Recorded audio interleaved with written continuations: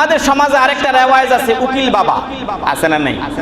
কিন্তু আমরা জানি না যে উকিল বাবাটা আসলে কি। আমরা উকিল বাবাকে যেভাবে গুরুত্ব দেই, উকিল বাবার জন্য অনেক জায়গায় বিবাহ আটকে যায়, ঠিক না? আমি নিজে এটা সাক্ষী আছি, এই সমাজে আছে অনেক জায়গায়, আমি যাই তো উকিল বাবা কি, উকিল বাবা ভাস করতে করতে ফোন দিয়ে আনতে আনতে এখানে 1 ঘন্টা শেষ।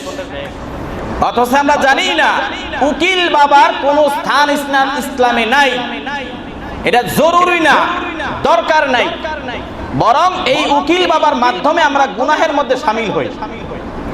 যদি উকিল বাবা কোনোভাবে আপনার বেগানা হয়, মানে সে মামা না, চাচা না, যে সকল পুরুষের সঙ্গে ওই মেয়েটার দেখা দেওয়া জায়েজ নাই, ওই ছেলেকে, ওই পুরুষকে যদি আপনি কোনোভাবে উকিল বানান, মাসালা সাক্ষী দেয় এই যে ওই নারী, ওই মেয়েটা ওই উকিল বাবার সঙ্গে দেখা দিতে পারবেন।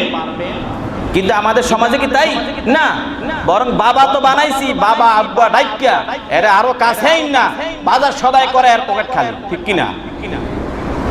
বরং আমি বলবো আপনাদেরকে, উকিল বাবা যদি কেউ হন, যদি মনে করেন দরকার, তাহলে এমন উকিল হইবেন যে নাকি মেয়ের আত্মীয় হন, ঘনিষ্ঠ আত্মীয়, যার সঙ্গে দেখা দেওয়া জায়েজ।